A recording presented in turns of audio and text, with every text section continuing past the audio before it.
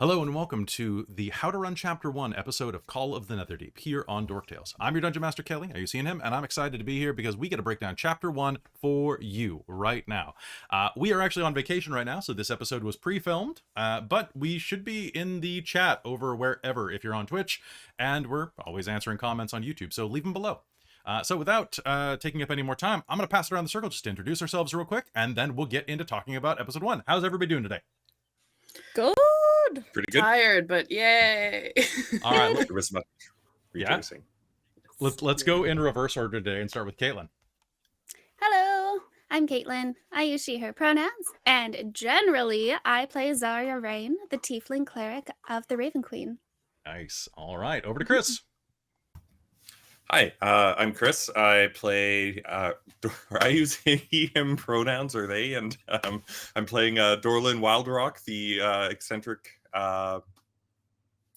armor artificer. It is early in the morning when we are recording this, so we're a little sleepy. I am very sleepy. All right, good to have you there, Chris. Let's pass up to Christa. Hello, I'm Christa. I use she, her, or they, them pronouns, and I play Sabina Moorden, the Lotus Den Beastmaster Ranger, and with her friend Dax, the Moorbounder. Who is played by a little bit of everybody. All right. Yeah, exactly. Who is a communal PC. A CPC. I like that. We should A TM CPC? that. TM. TM, trademarked. I was just thinking CQC. Use your CQC snake. We could have a snake, a CPC, CQC snake. Anyway, hi, Robin. Hi. Hello, everyone. I'm Robin. I use she, her, or they, them pronouns. And you can usually find me playing at Kaeko Skaar, our Goliath Bard. Nice. All right. So in this episode, we're going to talk about Chapter 1 of Call of the Netherdeep and kind of just Call of the Netherdeep in general. This will contain spoilers for Chapter 1. So if you're playing the game and don't want to be spoiled, just be sure to like, subscribe, smash bells, and click on all of our advertisements, and then leave. But definitely stick around if you're fine with that. We're not going to have spoilers for anything beyond Chapter 1 and maybe like the first page of Chapter 2 that just says where you're headed. After that, but all my players are playing this game. They don't want to be spoiled, and I don't want to spoil them, and I don't want to spoil you for anything I haven't warned you about. So, with that said, how are you guys enjoying the module so far? I think that's the most important question I could ask. I'm loving it. Yeah. Mm-hmm. Yeah, it's I'm finding it a lot of fun. I liked it was similar to the Witchlight game, where it kind of had this kind of relaxing, like, easing into it, where we got a lot of like RP between us as players and you playing NPCs and our DMPC Valis, where it kind of had a really nice opportunity to get the vibe of how we might all play together. So I really liked that, where it was these like challenges and just opportunity to really kind of start developing the relationships we have between us as players, because it's always new going into like a game. You don't necessarily know, like we talk and we do our session zeros and we talk about how our characters might be and how they interact, but until you actually start playing, you don't really like actually get to know. So it's fun getting into that. Yeah, especially in such a low stakes environment. It's nice to just exist. Mm-hmm. What about you two? What about Caitlan and Chris? What'd you think of it so far? I've been having an absolute blast. It's been great to game with y'all, and I really enjoyed it. I loved the interaction between the PCs, the NPCs, and just like even just sitting back and watching those when like not being involved or creating a little bit of chaos. It's been great. I've been having an absolute great time with it and really enjoyed it. Nice. What about you, Caitlan? Well, it's been really nice to get to know the NPCs in like a not as stressful environment, because we're competing against them, but we're it's like a friendly competition, and then we kind of like hung out with them afterwards just to kind of see how they were as characters, like how in the game they were as people, essentially.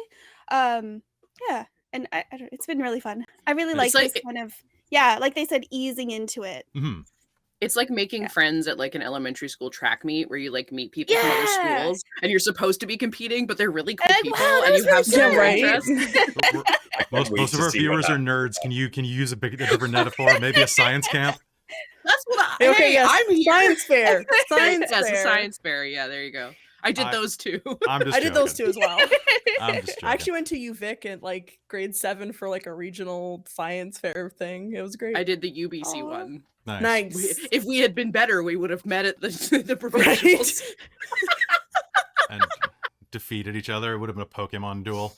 Oh my gosh. So I think that it's pretty interesting. Now I want to ask you, because like when I started reading the module, I said, oh, this is kind of like Witchlight, and you know they were in development at the same time, so there's no way that they like one cribbed the other or anything like that.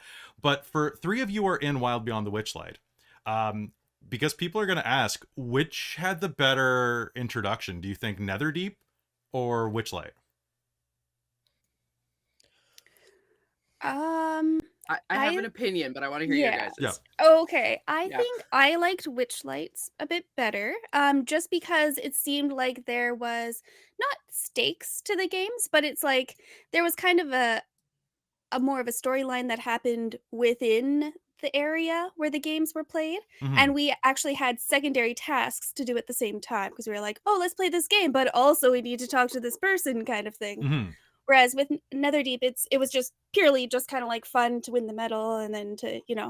which also I guess with the games was part of the Witchlight thing too, right? Because you try to spread joy and stuff like that. Without going too spoilery, but yeah. Yeah. So No spoilers. No real spoilers No for Witchlight spoilers, there. no spoilers. You're at a carnival. So You're at a Robin, did you have an You opinion? play games. On my opinion, I think I agree with Caitlan. I think I liked the carnival, like the Witchlight campaign, the best. Purely because it was such a big part. And it seemed like there's a lot more world building in the Witchlight Carnival. Like it in my mind, and I guess maybe the map that they provided on Roll20, it seemed more solid in my head versus Yeah. Netherdeep was a bit more. Because Jigao is just a city map. Now, we didn't really display that on screen because it was just a city map. There was no real reason. In Witchlight, we displayed it, and it was basically like a theme park map, like you'd see it like Disneyland or something like that. So it has a lot more character. Like things are shaped weird, and in Jigao, it's like, oh, there's some water here. Yeah, so I liked the Witchlight personally myself because it just and the NPCs, like the ones that get each place, seemed to really, I don't know, it was very whimsical. I found Witchlight versus Netherdeep was a bit more what I would say is like standard D&D kind of thing. So I liked the whimsy of Witchlight. I know that's what I'm really enjoying about that campaign is it has that more whimsical aspect to it, but I enjoyed Netherdeep. I liked the Witchlight intro better. Okay. And Christa, let's hear your vaunted opinion. I'm curious. I'm gonna go against the other two. I actually liked Netherdeep a little bit better as an introduction because it was more laid back. Like the time frame you get in Witchlight, like you have to do, like you almost have to. I don't think we really did. I think we fudged the time a little bit, but I think the idea is like you're not. The trick is you're allowed to in that module. It's great. Yeah. So I think it felt a little more like, oh God, we have to get everything done, which definitely felt a lot more like me personally. I focused more on the tasks and not on figuring out who Isaac was. Whereas in this, like there wasn't stakes, and so I got to just kind of like I learned so many more things about Sabina in this festival than I learned about Isaac in the carnival. Okay. That's interesting. So Yeah. I have a couple of questions. So we have a bunch of questions that viewers have submitted on YouTube and in our Discord. But I want to ask you right off the bat, who's your favorite rival? Just shout it out. Let's hear it. I love Maggie. Okay, one for Maggie. Oh Right. man. Dermot is also like up there. I haven't interacted with him. I'd love to see him more talk. I love the shy kind of nice person. I feel like, oh, I like him a lot. But Maggie is just so wholesome. Like Yeah. you can't not like. Yeah, I think I also I vote for Maggie just because of Kaeko and Maggie's interaction. I at that point hadn't clicked into the rivals thing. So when you introduced Maggie as an NPC, I literally thought you came up with this off the top of your cuff, Kelly. And It does seem I like think a character I'd make up, so I don't Yeah, it blame does, him. and that's It's an that's ogre. a praise to you as and your ability to create NPCs is that I thought that this character that I didn't know. So I was just loving this just random interaction with Maggie. Honestly, I thought it was gonna be the current champion was gonna be the rival if it was anything in my sense. head. So Maggie came out of nowhere and it was just again, Kaeko and Maggie being so wholesome to each other. That's what made my interaction with Maggie so like precious. Maggie was a real surprise because, like, if you look at the cover of Call of the Netherdeep and you notice that the rivals are all right there, if you had to Yep. pick one of the rivals around there to be like, oh, I don't want to run this one, it would be the big dumb looking ogre, wouldn't it? You'd be like, this guy, this dude is gonna be a jerk. And it's like, actually, it's a very well-spoken, smart female who really just wants to like read books and write poetry. And I'm like, what?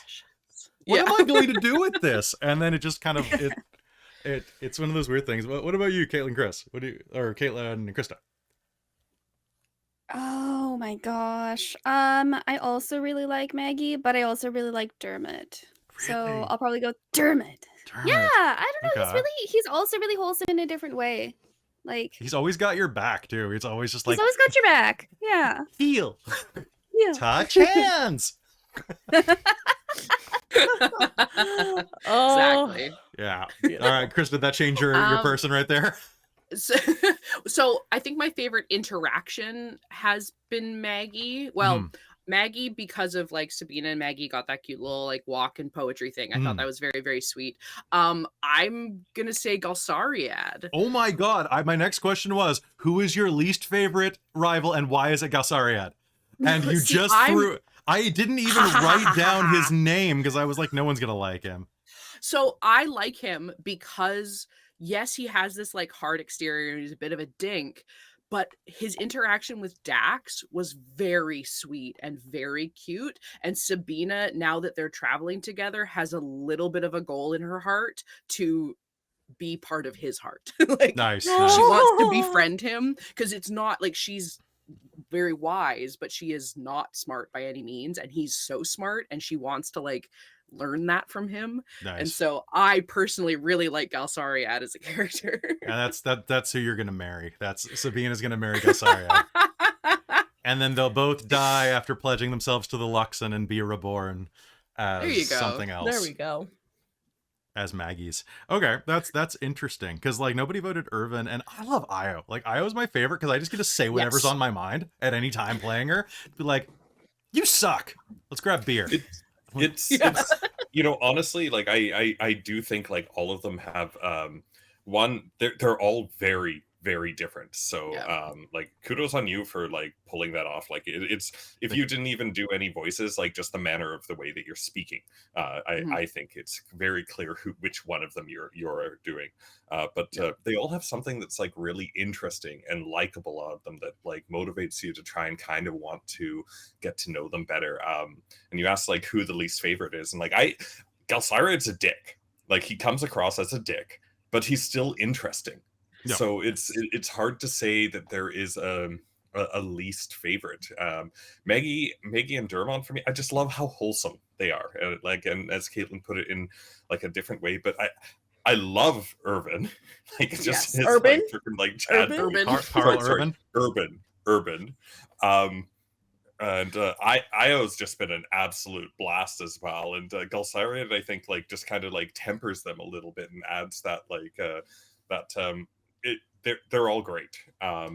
At least the way that you are portraying them. And I love them. it's hard. I don't think I could pick a least favorite. Like they're like picking a favorite was hard enough already. That's fair. And on that front, so one of the questions that we've gotten the most is actually, I would say like half of the questions that we've got out of like the 20 I have here are some variation of this. So like this is one from Brixon. Not hating, just curious, but why not just drop one of the rivals from the team when the party isn't large enough? I'm a new DM thinking about running this with a smaller party. So I'm asking. Greg asks, planning to run this with friends. Book states it's meant for 5 players. However, we only have 3 at the time. Planning on putting a sidekick in for them. Should I do this or shrink the party? And like we constantly get these questions that are like, oh, why just shrink the party instead? And it's like, well, which one do you cut? Like, do you cut Maggie? Because then you don't have that heart core. Do you cut Irvin? Because then you don't have that human presence that like you need that aggressive Chad energy. Like, I think maybe for the group of 3, that would maybe be the suggestion, and then maybe like picking parts of the 2 that you cut and putting them into other characters. Because I think you could take 'Cause Maggie I will and admit Dermot and mash them together. Yeah, Yeah. because I'll admit if you're DMing and you only have 3 players and then you're gonna DMPC 2 players, that's a lot of work on the DM's part. So I would say for like if you have 3 people, you might want to think about giving them the sidekick and maybe blending Maggie and Dermot together and making Io and Irvin could probably combine as well. Yeah. But you need Io as the leader. Yes. You need that driving force. See, I would say take who are in your party and like take those characters and either keep whoever is closest to them so that they are a pair, or pick the one that's the most different as their rival. Depending on how you want it to try and develop if you expect your team to play them like we did and make friends, maybe make like identicals. But if you're planning to make them rivals, like make them rivals, make them foils for one another, where like, if you end up fighting each other, you're gonna do the most damage to one another. I definitely see how it could be really difficult, especially in the 3, trying to just cover for extra NPCs. It does like seem like there's quite a lot that are very different already, and as a newer DM, I could see that being a little overwhelming. That being said, I think I was actually more leaning towards like either cutting one of the NPCs or like not even adding an extra NPC on our game during the session 0 personally, but I love them all. Just like I can't imagine this game going anywhere different with any one of them not being in it. Yeah, it's really good that way, I think, to keep them all in and to kind of balance them out. And like what you can do is like was said, you can add a sidekick or you can add a DMPC. Because another question we get is, well, why did you add an NPC or a DMPC guide or something like that? Just curious as to the thought process. And that's a question from Pop of Luke. And my thought about it was I needed to balance it out, but I also didn't want them to have a distinct advantage. And I could have counted Dax as a character as well, like as a full character. Like that could have worked just fine. And if you're running a game that has like a sidekick animal, that is an intelligent animal who like Dax is treated as having like an IQ of like, or an int score of like 8 to 10, something like that, right? Like he's not so dumb. he's smarter than Kaeko. Yeah, or he's as smart as your dumbest character, right? So like that can work just fine. I think that adding an extra NPC, like a DM NPC, if you have the room for it and you have the story place for it, it allows you to fill out narrative weight inside of your party that may not normally be filled. Like if there's a type of personality that is not present, right? So we don't really have like the quiet brooder. What we have is the hyperactive like explodey boy. We have Den Mom. We have Den Mom in training, basically. We've got Party Girl with an axe, and then we've got Party Girl with horns.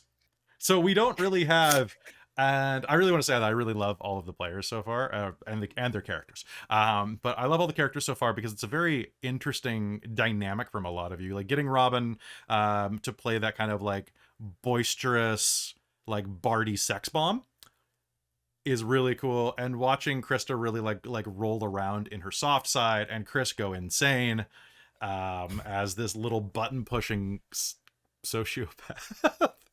No, that's the wrong word. But miscreant at the very least. Absolute pyromaniac. Yeah. The word that keeps popping in my mind is from those like Scottish tweets, and it's reprobate, because he's a little reprobate, right? And then seeing Caitlan play look that one up. A vastly different character than she has recently, but it's really working, Caitlan. Like, she is so flirty and so Percy-ish in a way. Like, I see what you're going there. You're like, I'll kill you. Yeah, basically. So it's been officially confirmed Dax is smarter than Kaeko. Dax has an by the Beast of the Land stats, he has an intelligence of 8. And Kaeko has an int of 7. So but the reason, my honest reasoning for adding a DM NPC is to balance things out. You can also use that to be able to funnel information and things to the players if they need it. So like, you know, choosing a drow was the choice to have someone who is quite older than the party for the most part. Because I assume that the Dorlen's pretty old probably, but probably not very life experienced because he spent most of his youth working, right? So he hasn't really... I think he's actually about 130, 140. So having a couple 100-year-old elf who's actually traveled and done stuff allows me to have an Obi-Wan Kenobi in the party. Yeah, no, and that's great. I like Valis is awesome. like I said, I include him in the NPCs that I couldn't imagine this game being quite I don't think it would be more fun if any of them were missing for me personally. Though I do want to like reiterate again, especially as a new DM, having all those NPCs and possibly 2 more might be a lot to handle. Absolutely. For somebody who hasn't done it for a while. So it's that's a tricky question. I don't think there's a right answer for it. Well, they could always keep the rival party as is and have the rival party... It honestly depends on the tone you're going for. If you want the rival party to act like condescending jerks, having a smaller party would allow them to kind of be like, oh, we're going easy on you guys because there's only 3 of you. Ooh, woo, woo, right? I don't know why I went ooh woo with that, but you know, like they could be condescending about that. You could also play up the friendliness where they are good sportsmen in that, where they're like, well, there's less of you, so like whatever, you guys can go first. Good luck. You know, we'll give you a 30-second lead on the Emerald Grotto. Yeah. Or I mean, maybe take one of the rivals and put them on your team, and then you're 4-4. Yeah, because there are some schisms in their group that you could exploit. All you have to do is just look at their write-ups and round up a bit and be like, oh, well, maybe they had a fight. You know, maybe Irvin doesn't want to be second fiddle anymore and wants to strike out on his own, and you guys got the gem, so he wants to go with you. Or maybe Io does, but you know the rest just want to stay there. And so there's a lot you can do with that. That's a fantastic idea. That is absolutely really fantastic good, idea. Yeah. Because then you have a pre-built one, and the way that they do the NPCs is that they give them three phases basically. So like you use this challenge rating of them until a certain level, then you use this challenge rating, and their powers level up. So it's actually they've dumbed the rules down for them very well. Like Xarria only has a couple of spells. Like I don't have like dozens of spells. I just have like Gravity Bolt, and then Tensor's Floating Disc I gave him because I realized that I had Maggie holding the 2 light characters, and I was like, well, can't rewind this scene. I guess he had a wand or a scroll or something that he felt like using, a 300 gold scroll. I don't know. That was a mistake, but he called me on it. Caitlan, what were you going to say? No. Oh, nothing. I thought you were saying something. Sorry.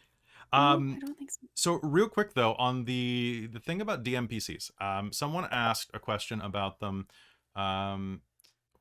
What the thought process, the DMPCs, how to make a good DMPC was a question from Kiam on our Discord. The way to make a good DMPC in my experience is that you never have them do something that another player can do. you never give them a kill, like a big kill, if you can help it. You always have the like if the monster has like 10 hit points and they do 15 hit points damage, oh, they only did 9, right? You let another player take that kill. They're there for support. They're there to be tactically advantageous. So like Valis does a lot of things like distract or guarantee advantage, or do a big hit to draw attention and then tank.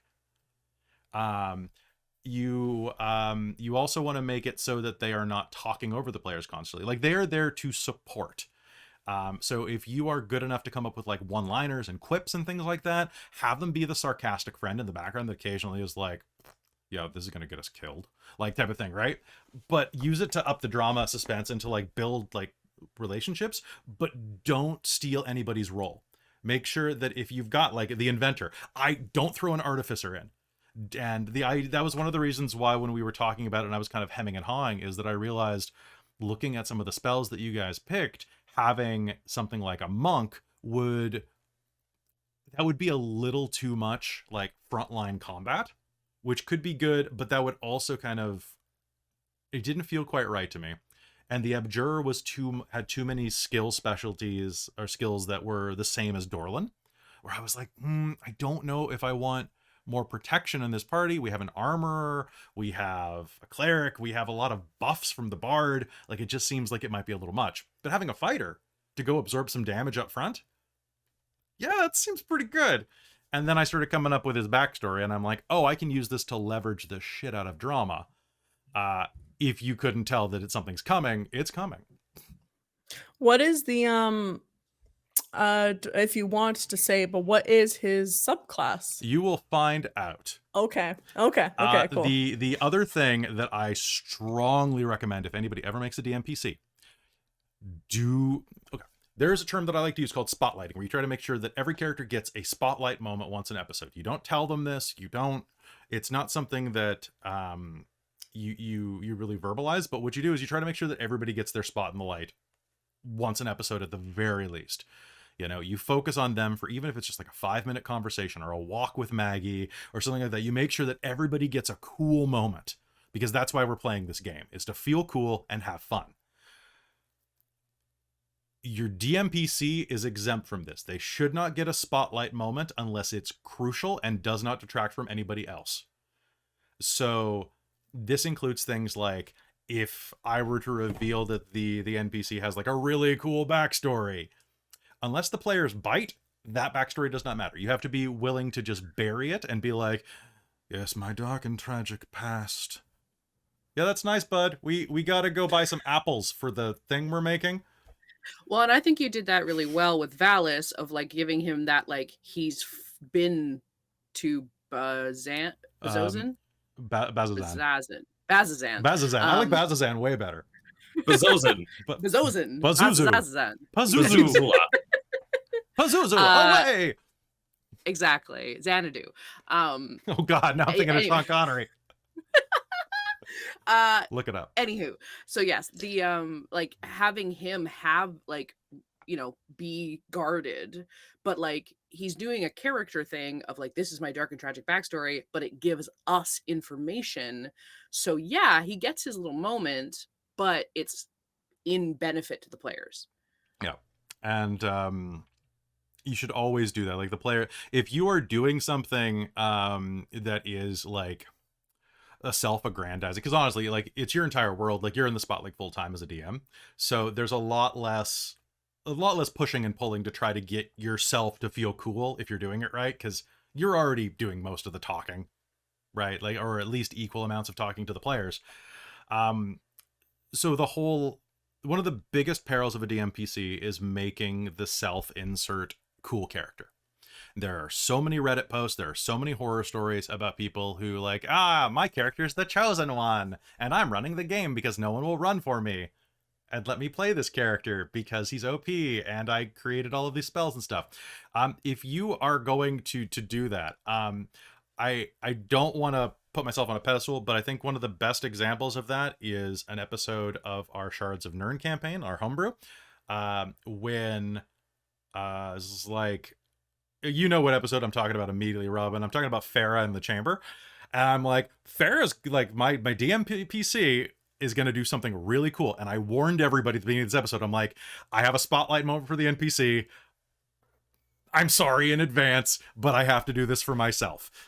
Right?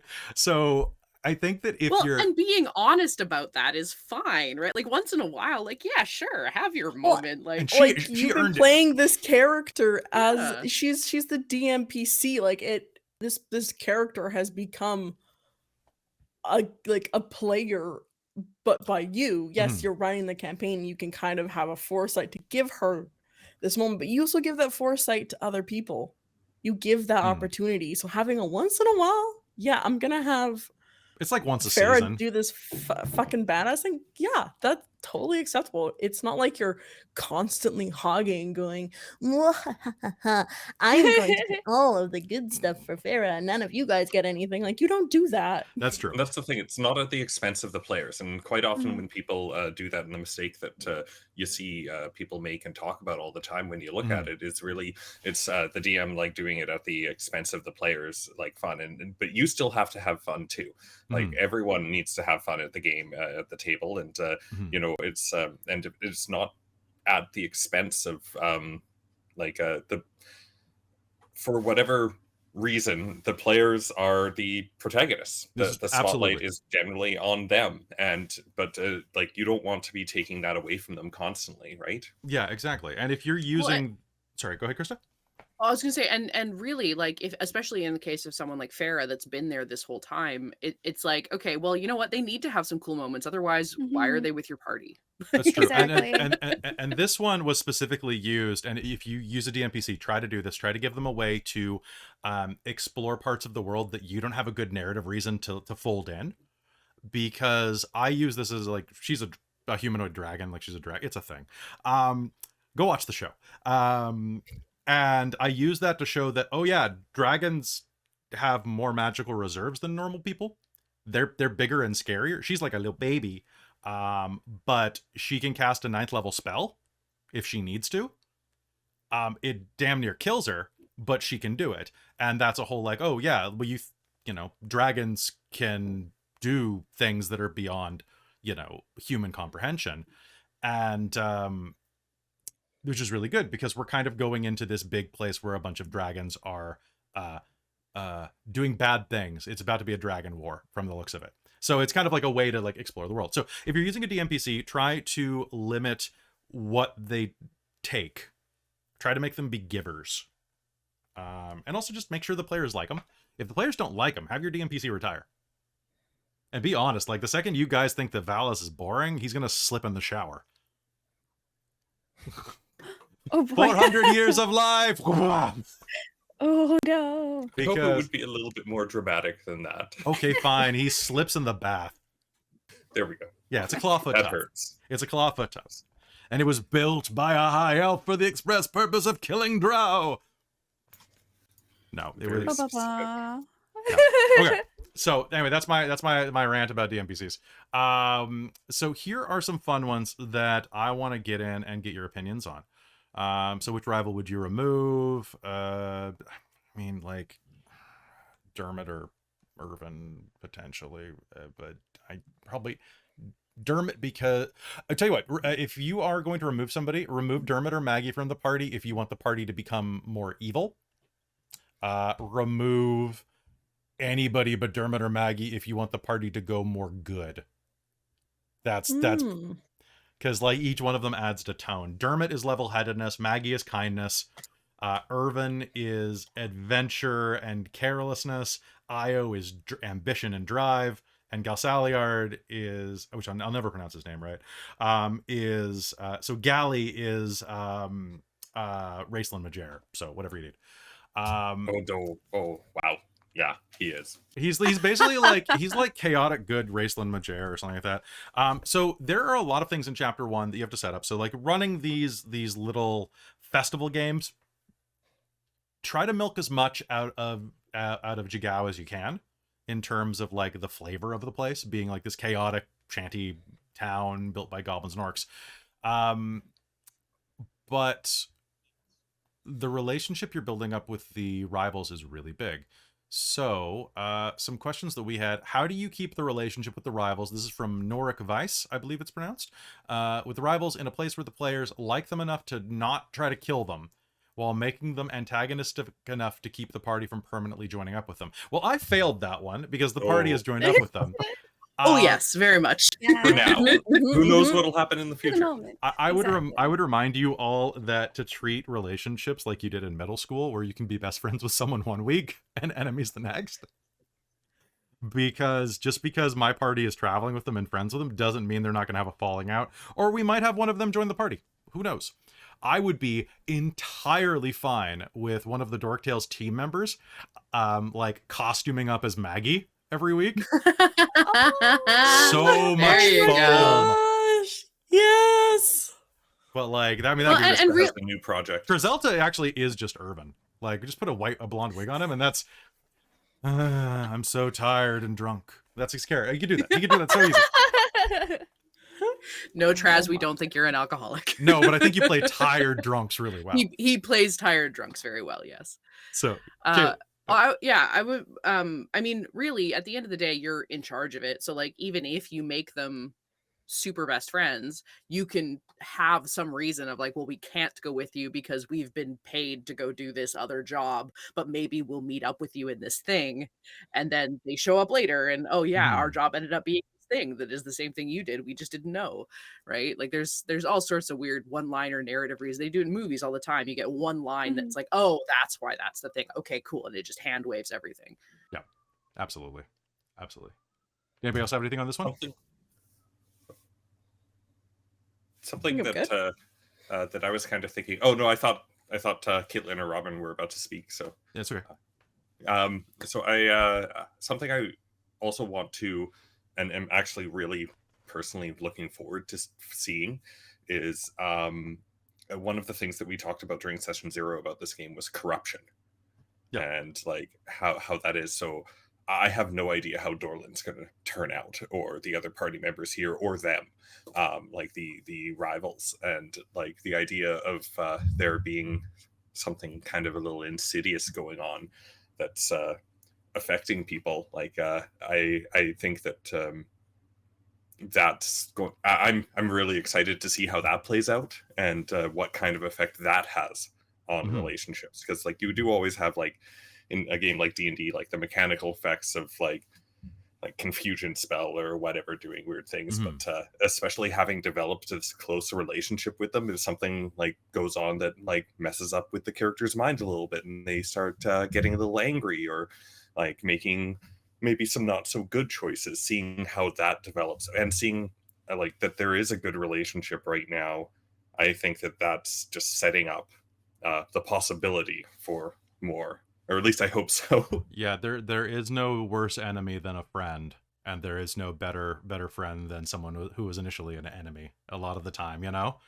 I always think that like some of my best friends from college are people who made awful first impressions with me, and then someone convinced me to give them a second chance.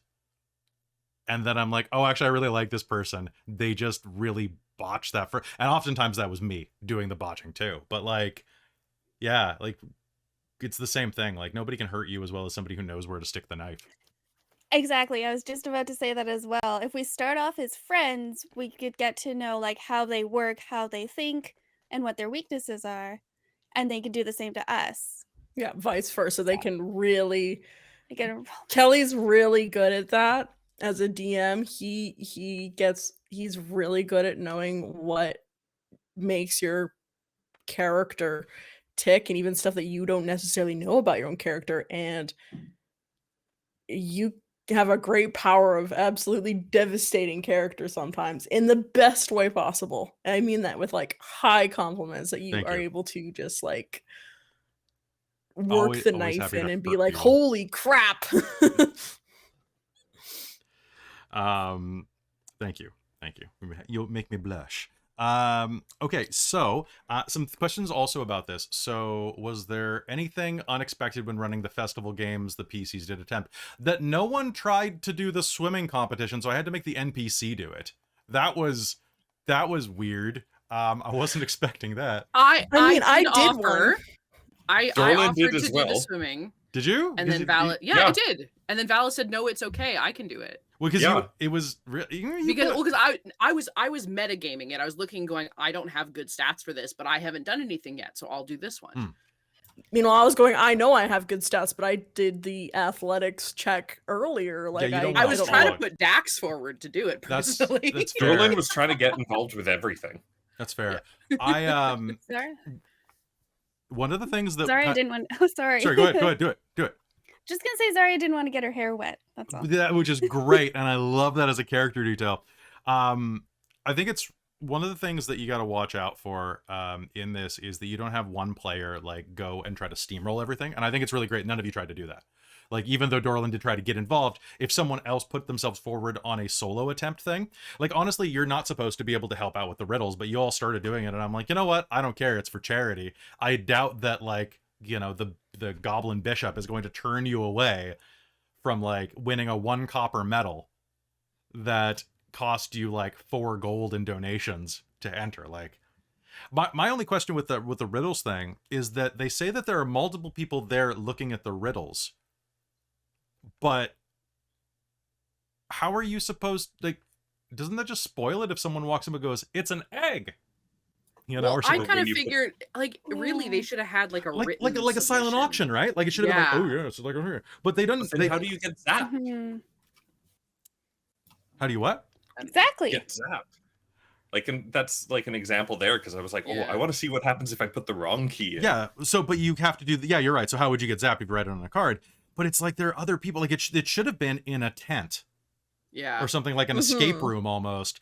So make that change when you run it. Put it inside of a tent and like have like 3 small tents or There you like go. little gazebos or something like that, and nobody can see what's See, going on. I assumed the key one was going to change each round. Like, so when someone puts the correct key in, it would change color or do something different. And then if you got it wrong, it did different damage to you. That's definitely Fair. a lot more effort, but that's what I thought was going to happen. See, and that is my one problem with chapter 1. It's that in chapter 1, the way that it is set up is actually, I think it's a really good book. No shame on the writers or on Critical Role or Wizards of the Coast. I think some of these carnival games or these things are half baked compared to some of the things that we did in Witchlight. The Witchlight ones lead to a more obvious conclusion, and it feels like these weren't always thought through as well as they could be. Including which the bottle puzzle apparently is exactly out of Harry Potter. Is that what you guys said? It is. Oh no. Yes. Is it exactly? Because Yeah, I it's- remember it being the same idea. I'm pretty only sure it's one the of them is the exact right one. same wording. It's just it's going through fire, not for finding the light. It's basically, but it, like, from what Kelly said, I'm pretty sure it is the exact same puzzle. It's the wording is sounded the exact same to what I remember the If book someone being. wants to Just look that up and put it in the comments, let us know. I know the Mhm. chat was all like, this is just the thing from Harry Potter. So Yeah, I don't know how so- specific it was. Which, it's yeah. I don't. Well, and like, let's be fair, a lot of the stuff in Harry Potter was just jacked from other stuff. So if they're taking it from probably an older version, I think they're probably taking it from Harry Potter. Really, like, I think that it's one of those things where it's so like in the front of our pop culture consciousness that's probably what they're using. But still, the pie contest was great. The one-shot solution. So that's what someone was asking. Why did I not like the one-shot solution? So the one-shot solution was the one that we didn't do. So it was a game that tests memory and navigation skills. The way to win, you study the maze from the outside, and then follow the only correct path to the exit in the one-shot. If a creature reaches a dead end, the judge, which is an Aarakocra that's flying around, swoops down and goes whoop and pulls you out of the maze. And the reason that I didn't like this one, it wasn't that I didn't like it by itself, it's that I didn't like it in comparison to the herding option. And the reason I wanted the herding option is because Sabina had spent so much time trying to save the sharks and had shown such a presence for animals. And I was like, oh, there's a theme of animals here, not a theme of like mazes. So I wanted to go with that because it was more character focused. That, and I'm going to be 100%. It's way easier to describe tortoises when we are doing like a visual medium performing for an audience than it is using the maze, where I'm like, you walk down a hedge maze, there is a curve, and that it's way easier to get mentally lost if you're listening to that as a viewer or as a podcast listener, right? Or as a player, I would say, unless you had a map for us, I get very confused. There's no for map in things the like book either, mazes. so Yeah, so I would have probably been confused as a player too. I would have Well, I feel definitely like been that's like, just gonna Kaeko's end up sitting being out. like, yeah, it's like roll a die, and if you Hmm. pass your memory check, you did it. So the way that it works Exactly. is you cost 3 silver. When you enter, they make a survival DC 14 to find the correct path. On a success, the player traverses the maze in one shot.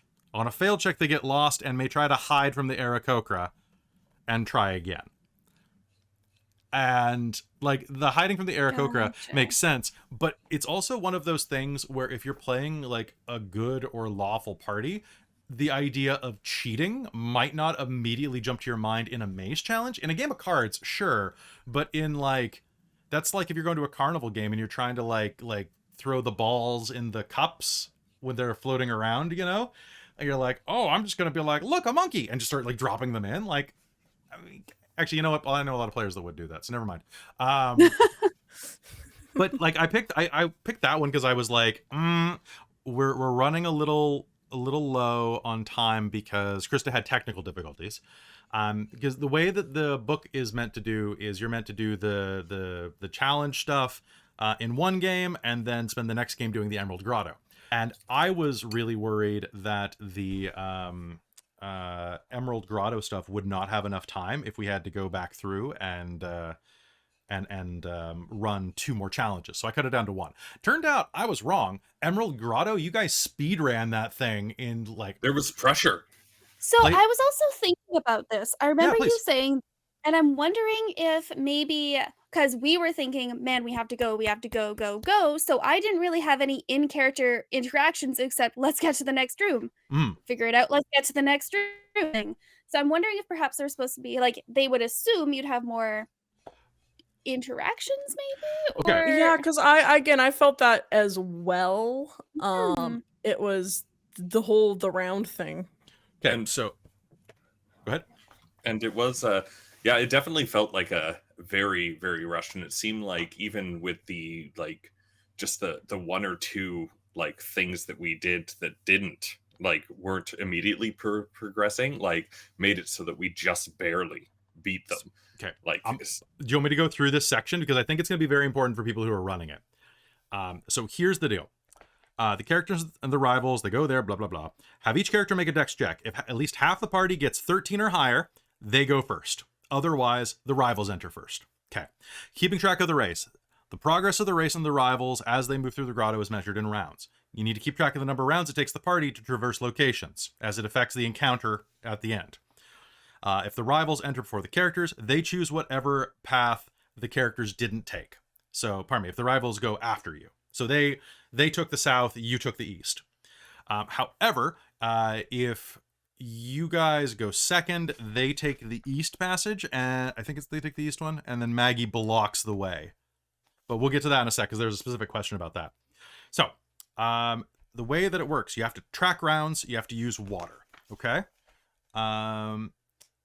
And at the end of every one of these rooms, there is a race progression bullet point, or well, it's a bolded point. So in the grotto entrance, it takes the characters 1 round to dive into the water and traverse this room. So boom, you got 1. You said, oh, I put on my armor. And I'm like, okay, that takes an action, which means that if it takes 1 round to traverse this room and dive underwater, like I'm counting everything outside of that stated round of movement and focus as additional content, right? And that was so that I wouldn't cheat and make it too easy for you. I wanted to make it harder for you because I feel like sometimes I might be a little too easy. I think people have said that about me before. So like level or part 2, you guys go through the kelp tangle. If the group is successful on their athletics check to swim through the kelp, it takes them 1 round. Otherwise, it takes 2 rounds. So boom. Actually, I can check I kept stats. So give me 1 sec. Yeah, because I know I put the what I think also might have helped us too is I put up the wording wind as Kaeko at the entrance because that counted as rough terrain for the party behind us. Yeah, which I think was a bonus. But that was so. Grotto entrance took you 2 rounds. Because of Dorlen charging up. However, Kelp Tangle took you only 1. Then room 3 was the Cavern Fork. The characters dawdle while choosing which path to take. It takes them 2 rounds to traverse, otherwise it takes them 1. So when you guys were like, oh, can I use survival? I'm like, it would take you time to do this, to really suss things out. And you decided, no, let's just go this way. Now, ultimately for the race, it makes no difference. So the way that you went was you went from E1, E2, E3, E4, E5, E6, E10. The other ones would have been 3, 7, 8, 9, 10. Okay, so that's just a different route along this map that you see here, right? So you took the one that kind of arced up east and then kind of went down and then back up again. And they took the opposite approach. So, Ghost Grass Patch was where you decided to go through, and you're like, oh, let's go look at this Ghost Grass, and it's the one with the bioluminescent algae. So it takes 2 rounds to traverse this chamber, plus the number of rounds it takes for the characters who are caught in the Ghost Grass to get free. No one got caught in it, which is good, because it really hits you with a lot of necrotic damage for a level 2 game or level 3 game. If you stop to harvest algae, add 1 to the total. However, because you used magic to burst through it, I rounded that point down into the first 2. So I charged you 2 for that one, because one of you was using like magic and an axe to like cut stuff down, if I'm not mistaken. And I'm like, okay, that seems like a logical way to get rid of this grass. And sometimes you got to go a little off script. Christa, you also tried to use Entangle to kind of hold it down. It failed, but yes, failed, that was a good idea. Goal. Always let your players use spells for things that you wouldn't expect, unless it is totally cheap and weird. In this case, that was a great idea. It just didn't work. So that was 2, and then Landslide was the big one. So the tunnel opens into a cavernous space. Each character must make a DC blah saving roll, and Dax botched. So the landslide that hits the chamber, it blocks the exit and it pushes stuff down. It also opens a hidden cave at the back that has a couple of things in it, some magic items. So it takes at least 2 rounds to traverse the room. If no character succeeded on the check to locate the exit, add 2 rounds to the total. If the character stopped to search the hidden cave, add 1 round. This took you 5 rounds to exit, because Dax botched, you had to dig him out, you had to dig out the exit, Dorlen checked the room. Okay, so that was where you got hit the hardest. Gotcha. Then you went to the Quipper Den, where if you get close to this swarm of Quippers, they attack you. It takes at least 1 round to traverse this chamber, and keep track of how many rounds of combat you spend fighting the swarm, and add that to the total. You made it through in 2 rounds. You went through, they attacked, and you went, you know what, screw you, and unloaded on these things and made them dead sardines in no time at all. And then you just left. And the swarm had been so badly damaged at that point that I forget if you straight up killed it or if there was like 3 hit points left, where they were just like, nah, we're good.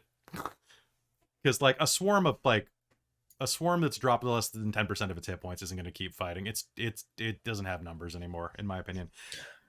I think Dorlen was punching as he left. I don't know if they actually I think he did kill the last one, as like he punched it in the butt and it died, I think is what happened. Thunder fist. Yeah. And then in 6, so you did 2 rounds there, which is a total of 5, 6, 7, 8, 9, 10, 11, 12. Oh, it's only 13. My math is bad. I counted that as 6 for some reason.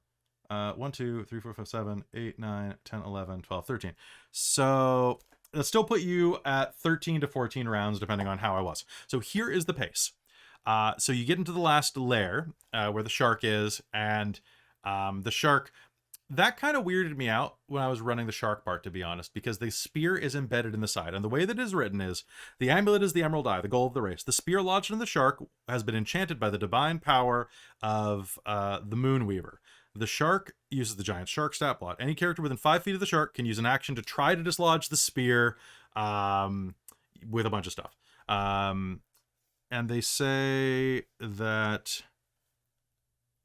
where is the Emerald Eye? A druid of Jigao cast animal friendship on the shark earlier today and tied the Emerald Eye around its body, then made a speedy getaway. A character can cut the amulet free by attacking the rope around the shark instead of the shark itself. However, they don't really explain why there's a spear in the side of the shark. Yeah, what the hell? Yeah, Like- that's kind of. So See, and I thought as a player, it was like, oh, that's what's making the shark mad is it's freaking hurt, man. Right? Take the spear out, maybe the shark will Yeah. like calm itself. But so that seemed really weird to me. I was like, well, is it a druid of the moon god that did it? Also, that seems like a real dickish thing to do. Just like, it seems like a running of the bulls level of like a little bit of animal cruelty here. Like, or not running of the bulls, bullfighting type of thing. Like, we're gonna just Yeah. stab this creature to get it riled up. Like, yeah, I'd be riled up if you stabbed me with a spear too. Like, Right? like I think it's kind of weird. But they needed to have a fight at the end because the whole point of it is you kill the shark, it thrashes around, it knocks a pillar down, and breaks open the wall. Had the spear was removed at one point, right? But I think it had Yeah. also been attacked a bunch at that point. So I think it was a little freaked out because if you do not want to engage the shark in like trying to kill it, like if you have a very like pro animal party, which we have a portion of, right? What you can do is have the shark just panic and try to swim away as quickly as possible and knock down the pillar in its panic. That is something I kind of wish I had thought of earlier, to be honest. Because like the idea of being like, oh, I guess we have to kill this thing because the module says so. That's one of the things about modules when you're in the middle of running it and you're like, you haven't quite thought an element through 100%, and you're in the moment, you're like, I guess I default to as written because I'm running 15 characters right now and my brain is applesauce. Yeah, sometimes that just doesn't, like, the idea, and then you think on it, and like the cameras go off and you go, why didn't I fucking think of that? Yeah. I know. I just have this, when you say that the spear has like nothing, like no reason for it in the book there, all I'm imagining is like telling people prepare for that one party out there somewhere that is going to forget about everything else after that and be like, but the spear, that's the real mystery we need to solve. Yeah. It's Yeah. who tried to kill the shark, you know? It was you. No. That you played off relatively well, or well, very well when I was all grumpy and just saying, oh well, I didn't design it, I will have a talking to the people that did it, because as far as we were concerned, that was why it was angry and they stabbed it to make it angry. So Yeah. I had no idea. I just assumed it was like, oh well, that's a shitty thing to do. It also made the elder a lot more approachable for the later scenes when he's like, oh, Very much. balls, what? I'm gonna It's go. like, oh, you Let me are put on my my Karen side. wig on. I gotta speak to a manager. Oh crap! I am the manager. Elder Karen. Elder Yes. Karen. Older Karen. The Karen crawler. I want to say one thing real quick, and this is something that I really assert in any time I run a panel about how to run games or do any DMing at all. It's something I came up with this year, and that is every role-playing game you run is a first draft. So don't beat yourself up, please. Unlike a story, you don't have the opportunity to go back and edit. So if you do something slightly wrong, you're doing it live. It happens. You didn't have time to rehearse nearly as much, even if it was in a villain monologue. You know that the one time you rehearse a monologue, the player is going to be like, he opened his mouth, lightning bolt. I cast polymorph.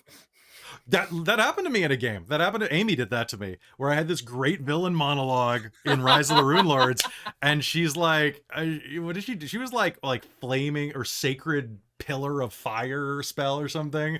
She's like, "Nope." Oh no, that's not what it was. So you cut this guy's head off, and then the head gives you a prophecy that's like, "Fools, I will continue," and she blew it up with like 10d6 damage. I gave her the biggest stink eye for that. I'm like, let me monologue. And she was like, eek. Because, I mean, who expects a head to keep talking, really, right? Yes. Right. Yes. Anyway. But, like, everything's a first draft. Don't beat yourself up. Just like, and if your players give you shit for it, like, if you have bad players who are like, well, that game wasn't very good because you messed up a rule or two, be like, Maybe if you learned your rules better, I wouldn't have to juggle so much. Oh. But seriously, run for friends, run for friends. And players have a, why are you watching this? By the way, if you're a player in this game, you're cheating. No, have a realistic Players expectation. in other games. Hey, players in other games. Have realistic expectations of your dungeon masters. They're just human. I will add on, like, and just admit, hey, I made a mistake. Like, if somebody's just like, hey, what did you do here? Hey, I made a mistake. That helps. Everyone makes mistakes. Yep. Well, and I've unintentionally created a very interesting mechanically combat character with my reaction spells to myself sometimes. So I will myself be like, yeah, I know we're having to look up the rules because again, it's a very weird wording, and I did not realize I built Kaeko that way. It's fine. You But I've apologized to done me it. later, and I was like, no, I got to learn. I forgot that reaction worked that way. Yeah. So it's gave me a an chance to interesting learn. thing. hmm But it's just like, yeah, you know, we all make mistakes. We and unintentionally sometimes make potentially difficult characters, not like trying to trip up the DM or anything, but it's still nice to be like, And hey, don't try to trip. I didn't mean to do that. Yeah. Whoops. And don't give people crap after they make mistakes. Like you can give them a ribbing, like probably I'd say twice ever for a single thing. If you do it more than that, you're asking. I mean, look at me trying to up in Witchlight, trying to level up Isaac and fully misreading a feat and doing being all excited because I got this new thing, and someone being like, "That's not how that feat works," and I go, "You're correct." Haha. Just walk it back. So ignore all of that. so here is the deal. So based on that, you guys got through in 13, 14 rounds. Okay, fast pace is 10 or fewer. I don't know how you can do that in 10. Like, you got to be like 1, 1, 1, 1, 1, like succeeding everything. Okay. The characters beat the rivals of the chamber, but not by much. Oh, pardon me. The characters outpace the rivals. The rivals don't appear until after the encounter with the shark. Okay. Moderate is 11 to 15. So you were right, like, on the cusp of that 15. Maybe I added 1 for something else. I forget. But I wrote down 14. You beat the rivals of the chamber, but not by much. The rivals enter the chamber on the 3rd round of combat and roll initiative. Unless they are hostile toward you specifically, they will aid you in the fight against the shark. Otherwise, they focus on acquiring the amulet or try to sabotage you, but in a non-lethal way if possible. They never attempt to hurt you, but they do the whole like stick between your legs type of thing, right? At a slow pace, if it took you more than 16 rounds, you get there, they're in the middle of the fight, the shark is dropped down to 75 hit points, and you roll initiative with them fighting it. Okay? So you can choose to go or whatever. So it really does make a difference. Like, I had some people who said, like how do you keep the rivals from being antagonistic? There's also a question in here of, hold on, where is it? It was something about grappling, right? Well, yeah, I'm gonna go back to that in just a sec. Okay. But there is a thing about hostile rivals. Oh, sorry, it's in chapter 2. So there's a question of like, if the rivals, here it goes. Warring Destinies. If the characters got the jewel, but grievously injured the rivals or even killed one or more of them. Holy shite. So I imagine there are plenty of parties out there that would do that. They'd be like, these guys are rivals. Let's drown them in the grotto. Yeah. Yeah. Well, especially Yikes. because they are presented as such, right? You do kind of say that they're your rival. Like, the whole module says they're your rivals. You're like, well, screw these guys. But like, There's so many like animes where it's like that friendly rivalhood that they just become good friends. because it's time to Dork Tales.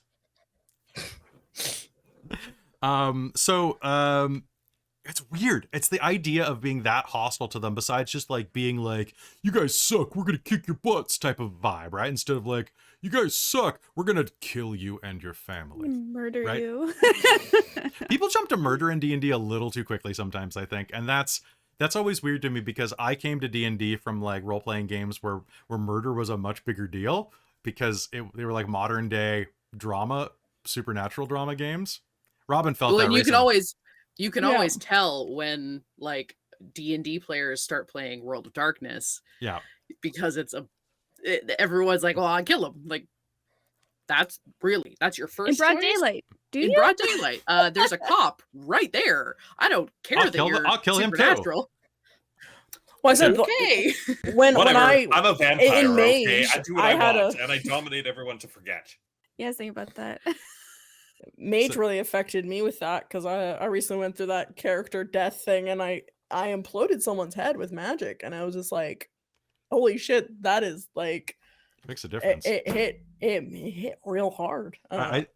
I think that hit points are a problem with conceptualizing mortality a lot of the time for people, Mhm. because it's like, I have 200 hit points. I'm going to jump off this cliff and rage, and I'll be fine because I'll half my damage on the landing. It's like, mechanically, you're right. Realistically, you fall on a sharp rock that is magical and die. like it's the. I mean, are that's you- part of living in a fantasy world, right? I mean, are you playing D&D or are you playing Skyrim at that point? Are you trying to like run up the side of the mountain with your well, with your but that's horse? what some people want, right? Like, If that's there's what- a if that's what reason your that game Skyrim's wants, so popular, right? Totally fine. Sorry, Chris, what were you saying? I just imagine lycanthropes everywhere, just dropping from insane heights down, like airdropped off of dragons back onto villages because they're immune to non-magical Non-magical. bludgeoning damage, which is fall Technically, damage. you know what you could, a real dick DM would be like, technically your attacks are lethal and you did that to yourself. So technically your attacks are magical if you're a lycanthrope, and jumping off of a cliff is technically you doing it. I don't think they are magical. Are they not? Count as Damn. magical though. Damn, Yeah, I'm not thinking the I'm fifth thinking World of edition Darkness anyway. still. But that would be great if it's just like, Yeah, I well, know, that's right? self-inflicted, so Well, you actually hit By the transitive ground, property. but the ground breaks, and you end up discovering a silver mine, and you have fallen directly There on we shards go. of silver. So- You weren't in that game, Christa, but I ran a LARP where half of it was in a silver mine. And it was a werewolf game, and they were going through this silver mine Amazing. where the silver had gotten into the air. Like it had. Egg damage to your lungs. Yeah. Oh my Paradise god, it was oh. great. I don't forget. I think I blew it up midway through, and then it like vaporized, and people were like, "Oh!" It was great. So back on to Netherdeep. As you are going through the Emerald Grotto, there was a question from. Let's see. Where was it? It was from Rollers of Fate. I was thinking if Maggie grapples the heroes at the start of the. If the heroes follow the rivals, like go second, and Maggie tries to block them, would the adventure see this as the start of a future conflict? I'm concerned that my group may try to kill them there. Thanks for the advice. I really hope they don't, because that would be rough. So the way that it works is if you're going through... let's see. It is, if a rival party enters the grotto first, they take the southern path of the fork. So they went that way anyway. Maggie lingers at the fork, waiting for the characters and then encouraging them to take the eastern path. If the characters try to take the southern path instead, Maggie blocks their way and defends herself if attacked. If the characters take the eastern path, she waits till they're gone and then follows her group. So for that, I would say that she just goes, we've already gone this way, go the other way. And if they insist, be like, I'm not letting you through, let's do this fair. And if it pushes, say, nothing personal, kid. And do that whole anime thing. But try to play Maggie as not doing it personally, like, and use words like fair. Because you can manipulate people pretty easily by saying, I want this to be a fair competition. Right? Too many people this way, go the other way. Or something like that. Like you can. Could you also like just sort of hand wave maybe knocking rocks and actually closing it off? You know so what? that she Hell doesn't have yes, to you fight could. them? Yeah, I was gonna Just say, just have have her Maggie like bash the smash. side. How strong is Yeah. Maggie? Because I mean, the answer is as strong as you need her to be. Exactly. Yeah. It's like how strong is Usually it's a Superman? Convenient spot. Yeah. Yeah, and it's I think that's one of the nice things about like the way we did things with like how you presented the rivals to us and we interacted with them, because it definitely makes them all seem a little bit more personable. And you know, you might be running with a party that just wants to hack and slash and kill everything, and like, you know what, if that's the way that people are having fun in the game, including you, like, great, go for it.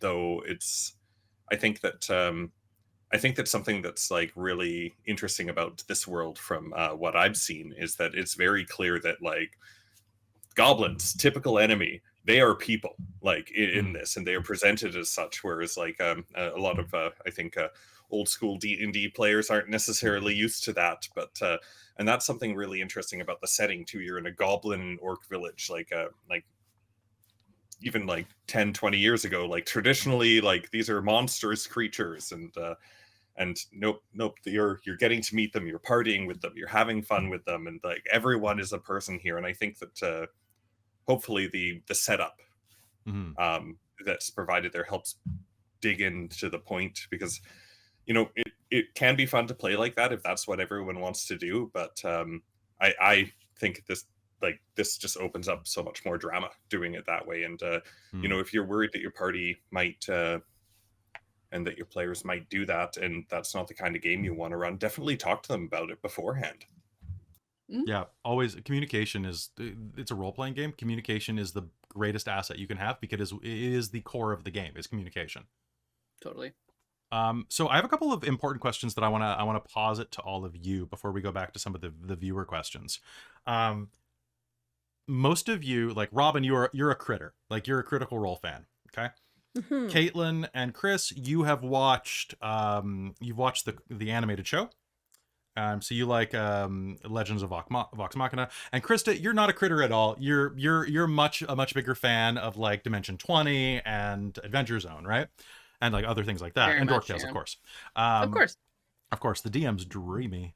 I can see why you'd like swoon. Sparkle. Do I still have glitter from that game you ran in my hair? Probably, yeah.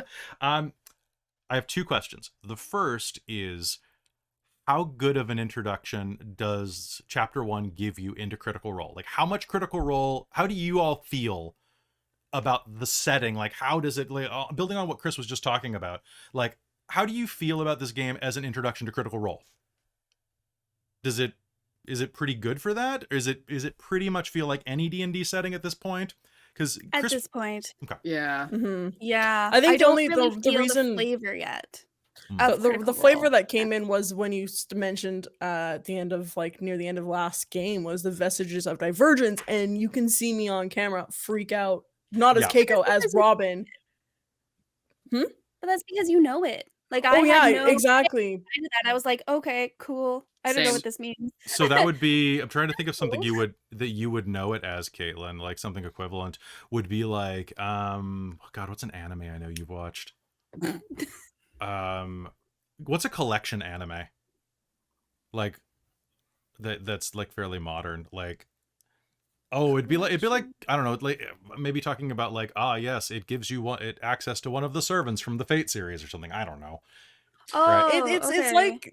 It's like legendary tools like Excalibur. It's basically of that level where it's weapons and things that were used in a war to fight gods thousands and thousands of years ago in Critical Role, and they originally buried these vestiges of divergence because they were so powerful, and basically they're kind of lost to lore kind of thing. So it's basically like very Caitlan, much like you legendary weapons. Caitlan, you felt lost on lore in that because it went completely over your head because you have no context. Oh yeah, no context. Okay. I'm like, okay. So, I'll be the only Critical Role I've watched is like the first few episodes of season 3. Which is good. It's a little bit of a slow build. Well, and honestly, like there was a lot of parts that I liked about it. The parts that I didn't like were the constant referencing to the previous seasons, because I was like, I don't know what you're like. Yeah, I can watch it, but I can see you guys are like making references, and I'm like, okay, now I just feel left out. And like I'm really glad that everyone else is enjoying this, but especially for like a third season of something that like is presented as these are all new characters in a new part of the world that we've never been to before, but we're going to talk about all the other stuff all the time, which again, great for at the table, great for fans, I'm sure, but makes it not inaccessible, but way harder to access. So that's one of the things that I find trouble with this, of being like, there's all of these references that like I'm not getting, and that's fine. Okay. But it's, yeah. I'm going to work on non-diegetic exposition from here on in then. So, or I guess diegetic. I will not assume anything at this point. So I'm going to start Star Trekking it for you. And by that, I mean, cool. I believe that this is a vestige of divergence. one of the items that was used to fight the gods during the calamity. Right? So I'll start adding that little subtitle in from now on, so that I'm like, it basically is a nod to anybody who doesn't know Critical Role very well, and be like, this means it's this. You know? Well, I know when we started this game and we're thinking of different character concepts and everything, especially because like being added a little bit after everyone else had had some time, like I just like dug into like reading the wiki as much as possible, like, and just like going all over the place. And I spent a long time going down several rabbit holes there, listening to a couple of specific random episodes and finding out as much lore, reading some of the and you and I had stuff that were out there. Like I vetoed your first character concept because I was really worried about its presence in the module. Yeah, that was really interesting because I'm sorry about that.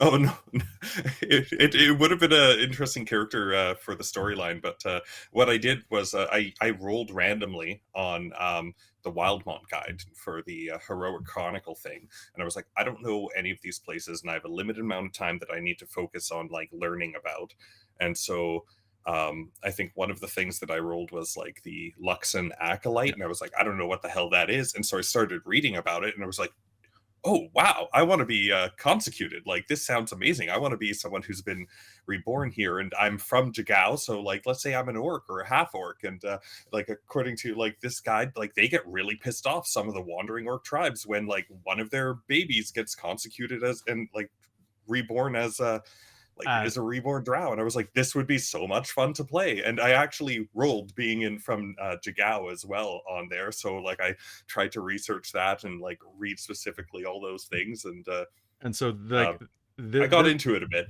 Yeah, you did, and it was a good concept. But my concern is because we wanted to have this game out as a show as soon as possible, and because they don't release any freaking info about the book beforehand, you don't know what's coming, and you know, we had to work with our artists to get all of the really lovely art from hailiiz up, which usually requires about a 5 to 6 week lead time on that, because it's a lot of work. So I was like, oh, we got to figure out what your character is. I don't know how the Luxon is going to focus in. It was such a big focus of season 2 or campaign 2 of Critical Role that like I sat down with Robin, who knows all this stuff, and I was like, okay, how likely is this to be something on the player level that is going to be like incorporated, or like how likely do you think that this is going to like fit whatever they're going for? And we were wrong, because it's all over this freaking book. And I told Chris, I'm sorry, Chris, because they made it such a huge thing during campaign 2 about it, and it was difficult, and because the players asked that, and Robin can confirm, I've off camera and behind your back, I've been like, damn, I feel really bad about this. I don't, because I freaking love playing Dorlen. I think like, Dorlen's the better choice. An absolute blast, and I think it is a much better fit for this party. So like, I mean, like when you showed us that little clip where it suggested like playing it, I was just like, oh, I don't want to bring this up, and then you did before the game, but I was just like, oh, that's so rough. Mad. And like when you said that we were in Jagao too, I was like, oh. but it was just completely random. Like I just rolled on that table and tried to generate a character off of that. Also, if you can find access to it, you don't need the Wildmount book to run this, or the Tal'Dorei guide, which is impossible to get if you're in Canada because the shipping is ridiculous. There's some great like secret backstory generation stuff in there. If you have access to them, use them. Absolutely use them. Because I've got a secret for each one of these guys that I plan to use in the future. Well, and see, I did the opposite of Chris in that, like, I purposefully built a character that has not participated in society for a really long time, because if I get things wrong about Tal'Dorei and about Xarria, I don't want that. I don't want to get added about it. So I was like, you know what? I'm going to play a character that doesn't know anything, because Christa does not have the mental capacity to read 7,000 pages of a wiki and watch 500 hours of streaming. Yeah, exactly. But also there's the worry that a bunch of Critical Role fans would come over and like just like set Dorktales on fire for mispronouncing I've met something. a lot of amazing Critical Role fans, and the show is great, and everyone that's on it is awesome. But there's a reason they have a bad image. Well, because the bad fans of any fandom are the worst Yes. people. And 'Cause the they're the good, loudest. the good fans, you never would know that you just think that they're passionate about something. Like, they don't come off Yeah. weird if they're good fans. Like, they just come off as passionate. And there's a big difference. But Totally. so a couple of quick rapid fire questions. On that note, Fallen Sniper asks, do you read the whole book cover to cover and know this whole story first, or do you take it steps at a time? So as someone who is neurodivergent, I have a pretty strong attention deficit disorder. What I do is I skim it. I skim the plot beats. I read the plot setup at the beginning. I skim the chapters. The first thing I did was check the final boss and just see what they'd be up against at the end. Like, that's, I flipped it open and I'm like, huh, well, that's gonna suck. I flip through the NPCs, and then what I do, because I'm performing this in front of an audience, I go through, I highlight the crap out of everything that I need. I go through and I read the chapter, highlight everything, and then I take notes on the side for that night's event. And usually I either know exactly what I'm going to fill in that night, because we've kind of gotten it down to a science, like what we can fit in with side roleplay and stuff. Or I do what I'm prepping that night plus about 50%, so I have some wiggle room. During random encounter sections, I read everything because you don't know. And when it comes to random encounter stuff, if I don't know which one to start with, I do a random encounter by rolling a dice, and then I pick my favorites from there, so that we don't go from fight to fight to fight to fight to fight to fight, or from not fight to from talk to talk to talk. Like, you need to have a little bit of a fight, you need to have a little bit of talk. It's like a sandwich. You got to make sure that it's really made properly. So that's my which we have thrown a bit of a slight curveball that the module didn't prepare for you, did it? It did not. So that's a little bit about chapter 2, but I wish that we could talk more about chapter 2, because there's this we'll talk about the beginning of chapter 2 actually. Because nothing like once you get to the caravan, but so the rivals aren't supposed to travel with you, or at least not according to the book. But the way they have it is you either meet the rivals on the road. So friendly rivalry. If the characters show little interest in learning more about the jewel, or perhaps the rivals don't share that, then perhaps the rivals don't share that attitude. If the rivals were present at the prayer site in the Emerald Grotto, they didn't experience the vision. Instead, they heard only a muffled voice, as if the speaker were like distant or underwater or something. Nevertheless, they heard enough to get curious. Io asks to travel with them. But then they drop that plot point. So Io doesn't miss words. She wants to know what they found in the grotto. If she gets the sense they have stumbled onto something big, her eyes grow wide. She decides that she and her group want a piece of the action. Do a DC 13 Wisdom Insight to realize she's not hiding anything and literally just wants to go on an adventure. All the other rivals have their own opinions. Dermot is concerned. Galsariad is curious. Irvin has no interest, but wants to know what the gem can do. And Maggie agrees with anyone who doesn't express, or who expresses concern for the characters, but doesn't say much on her own. She thinks that there's more going on than the characters reveal, which is weird writing, because if we're at this point, the characters likely have told them everything. So she's like, there's more going on, but I'm not going to push about it. Where it's like, but they literally, okay, whatever. So that's a big part of the beginning of chapter 2 is do they go with you or not? There's nothing to suggest how to run it if they travel with you, though. And I have a question here from Bezakabiev. You know who you are. I posted elsewhere, but I'll rephrase here. How big of a change is the presence of the rivals in a campaign, and is it overwhelming to keep track of and manage this other group of adventurers? Yes. It's a big change, having a secondary party to manage. The way that they've done it in this book is much easier. Their stat blocks are much more manageable, and I don't have to worry about skills or anything, because you can... Here's a DM trick. Hand wave skill checks. If it's a fighty character, they would probably know how to, like, survive off the land and do athletics, but they probably wouldn't know religion unless they're secretly faithful. So give them a +2 on those rolls and not on anything else. If it's an NPC, and it doesn't matter. Hand wave NPCs, unless it is unless it directly affects what happens to the players in that moment, it doesn't matter. Like, yeah. or just say they succeed if the players need somebody to like catch them while they're falling down a mine shaft, right? Like, oh yeah, they roll succeeded. You didn't look at the dice. I mean, they succeeded. They got a crit. What am I saying? You know, like, just it does, like, unless it affects the story and the players, it doesn't matter. That's my opinion. You can totally just run like according to the dice, but if all it would do is slow down play and make it less fun for everybody, just hand wave it. But if like Irvin and Dorlen got in a fist fight, we're running that thing raw. We're running that thing dice as they fall. Let's do this. But if it's like, you know, does this NPC learn this secret that they can later use against the PCs? Or that they learn this like fun trivia fact about Jigao? Does it really matter? Is it better for the story if they learn it? Sure. Okay. Yeah. Maybe give it to them. You know. Yeah. Just kind of hand wave the stuff that doesn't matter. However, is it a big deal to run them? Yes, it is very difficult. And I would suggest that novice DMs maybe do one of two things, and that is if you feel comfortable with it and you have a bunch of experienced players, have the players run the rivals. I was just going to ask if that would be a recommendation.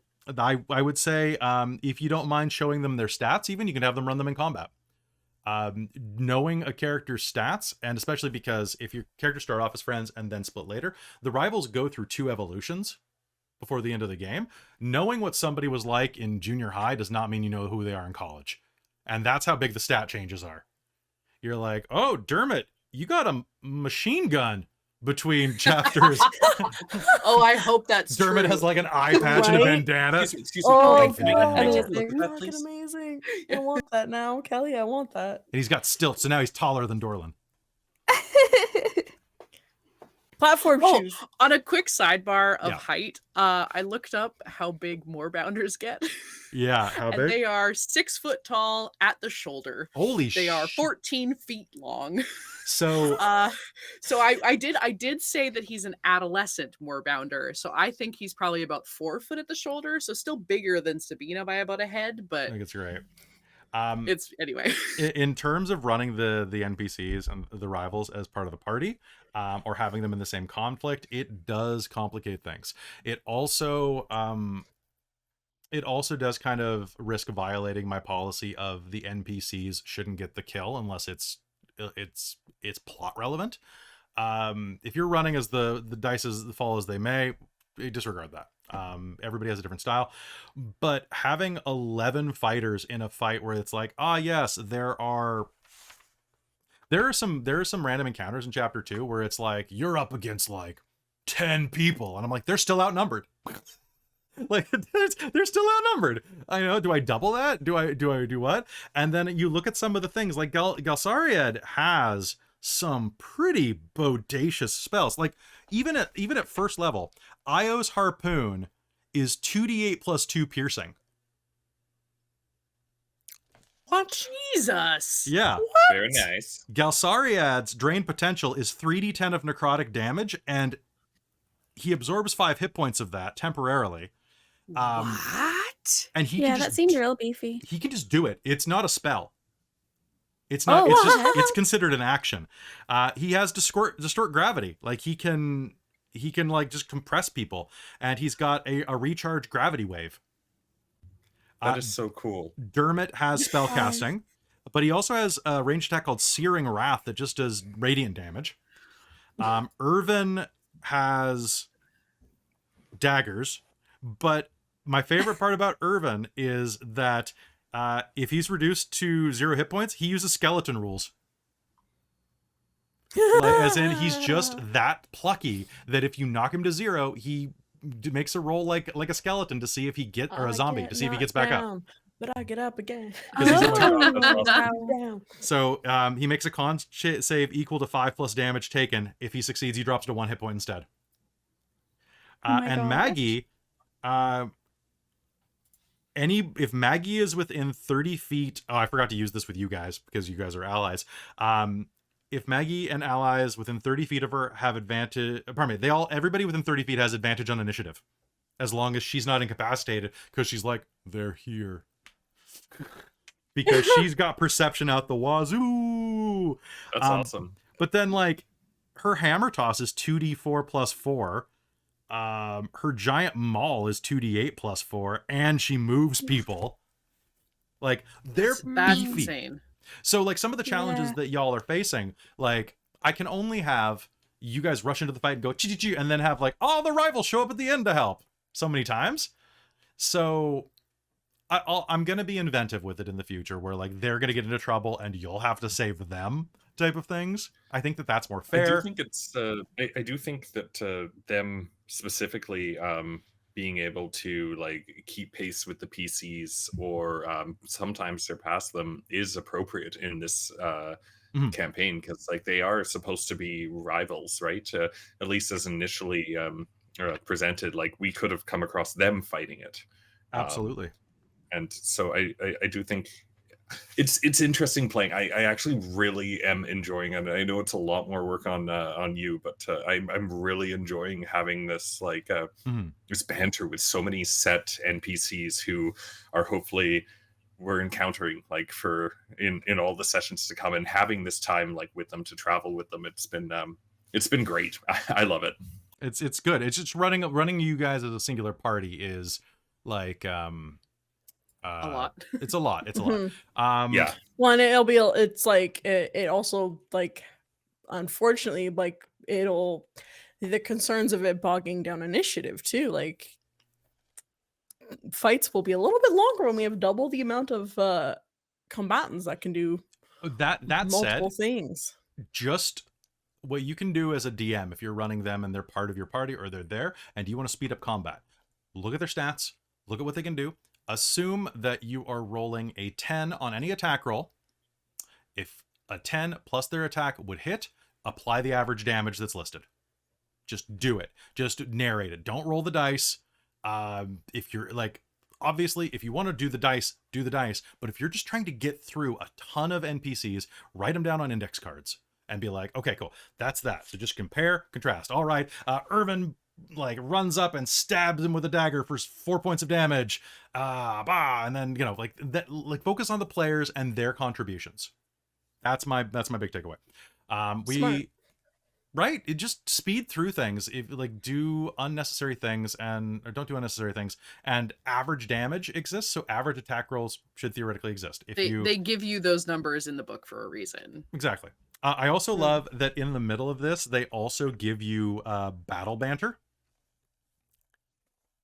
Like, That's fun. Example quotes, like, Io, have you had enough? Yeah, just give up. You're finished.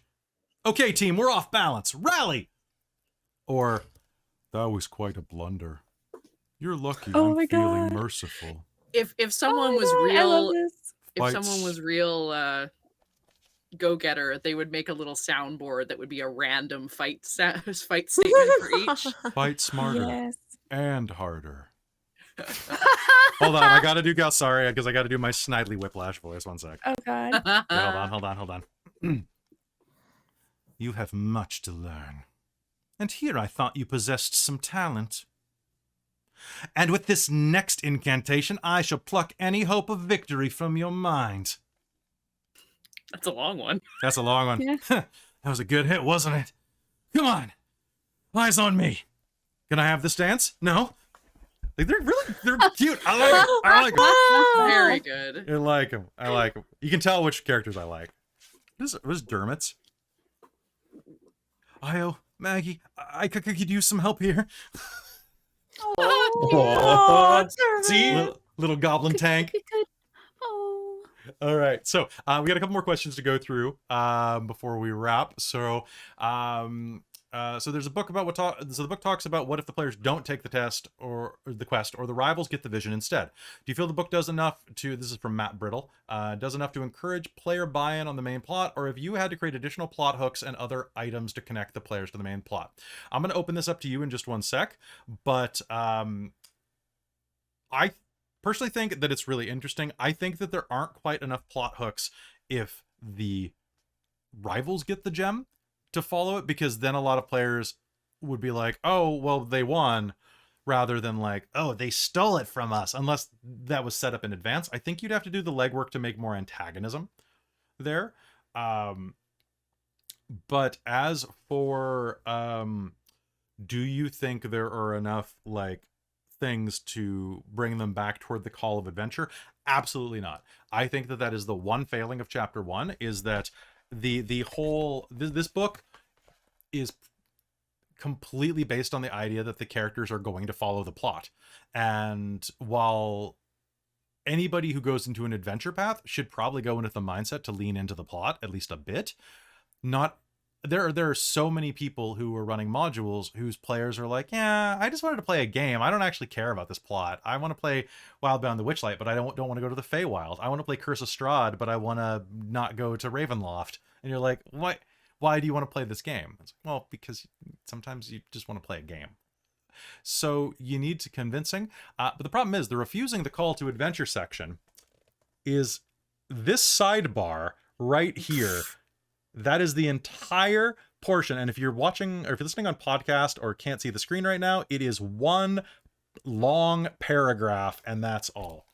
It's like 6 lines. And it says like 3 sentences. If they don't want to go to Bazzoxan, you'll need to create side encounters in Xarria in Xhorhas that will guide them in that direction. The characters can find guards as can find jobs as caravan guards, mercenaries, or bounty hunters. Use the encounters table to determine how they are challenged. Literally all they're saying in that section is if the characters don't want to go, make them go anyway and skip them into chapter 2. But they're trying to obscure that that's all they're saying by saying, oh, you'll need to come up with stuff on your own. So what I'm going to be doing in the next couple of weeks is I am going to be writing a little module for Drive-Thru RPG or DM's Guild that is Call of the Netherdeep refusing the call, and it's going to be about 10 pages on things that you can run to get them back on the damn plot. So please buy it when it comes out. That quote I just sent, refusal of the call is a trope that's normally followed by the trope, the call knows where you live and you can't fight fate. Or what the end part of that you sent? Yeah. The call is trying to contact you about your Destiny's extended warranty. There we go. All right, I'll put that in the book. There you go. So, but what do you all think? So, did you feel enough buy-in? And if the rivals got the gem, what the hell would you have done? Let's go around and talk about that.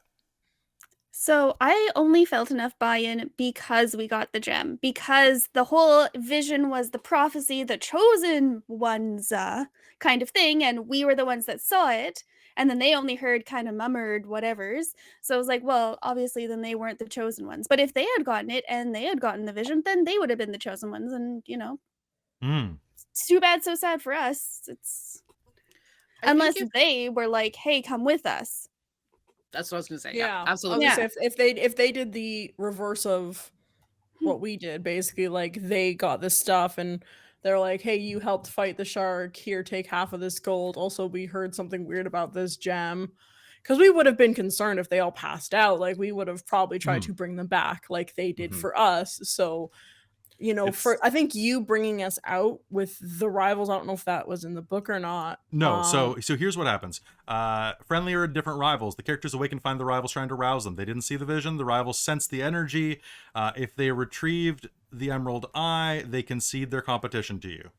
Otherwise, they proudly hold up the amulet, claiming that it was theirs, but congratulate you on a race well won. If they're hostile, they have ran away with both things. So that is a really good one.